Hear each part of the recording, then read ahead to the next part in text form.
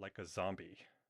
Therapists he saw at the Department of Veterans Affairs struck Robert as unhelpful and rote, as though they were all reading from the same script. His most recent taste of conventional medicine, a haunting, humiliating 2-day stay in the psychiatric ward, sapped what remained of his faith in the healthcare system. 2 weeks after a suicide attempt, Robert put himself in Whitney's care as a Hail Mary of sorts. A little over a year before, working alongside veteran friends, he had become deeply invested in helping Afghans flee their country amid the chaotic American withdrawal that left the Taliban in control of Kabul. As a monumentally frustrating and all-encompassing effort came to an end, Robert began noticing vague, intrusive thoughts about death. They seemed to convey that he wouldn't be around much longer, and were sometimes accompanied by visions of a fiery car crash. Over time, those dark thoughts hardened, convincing Robert that his wife and 3 kids would be better off without him. One morning, in mid-October 2022, after drinking half a bottle of vodka, he drove to a park near his suburban house in Pennsylvania, stuck the barrel of a pistol inside his mouth, and tried to muster the will to end it all. My mother was calling, my sister was calling, and my wife was calling, Robert told me. I wouldn't answer any phone calls because I'm just sitting there, trying so hard to pull the trigger. Sensing that her son was deeply unwell, Robert's mother kept calling until he answered. That frantic conversation triggered an intervention.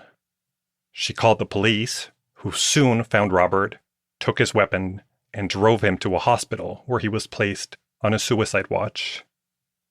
Everything became exposed, and I was no longer alone with these thoughts, alone with everything, Robert said.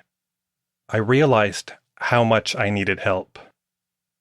In the blurry days that followed, other veterans who had also come close to putting a bullet through their brains told him about Whitney and the astonishing turnarounds they had experienced after taking psychedelics under her care. Figuring he had little to lose, Robert wired the $2,888 retreat fee and booked a flight to Austin. It may seem befuddling that Robert and his family saw fit to put his perturbed mind in the hands of somebody like Whitney. Yet, lives like theirs are frequently intersecting as more people who have lost faith in conventional medicine are drawn to the booming, largely unregulated field of medicinal psychedelics. Often, the most desperate wind up being treated by practitioners who aren't waiting around for a clear regulatory framework or a more robust scientific understanding of the promise and perils of these drugs. They are being treated by the biggest risk takers. Whitney has come to believe that the war on drugs should have been declared a lost cause a long time ago, and she is among a growing field of psychedelic practitioners who are taking a crusading spirit to undermine the case for prohibition, one patient at a time. These medicines shouldn't be restricted, Whitney told me. They are our birthright, she added. In 2021, at least 48,183 people killed themselves in the United States, according to the Centers for Disease Control and Prevention, which noted that a significant rise in younger people ending their lives has pushed the nation's suicide rate to a near record high. To put it into perspective, that figure is more than double the estimated 22,900 murders the FBI recorded that same year. 24% of Americans described their mental health as fair or poor in 2022, a record high, according to a Gallup poll.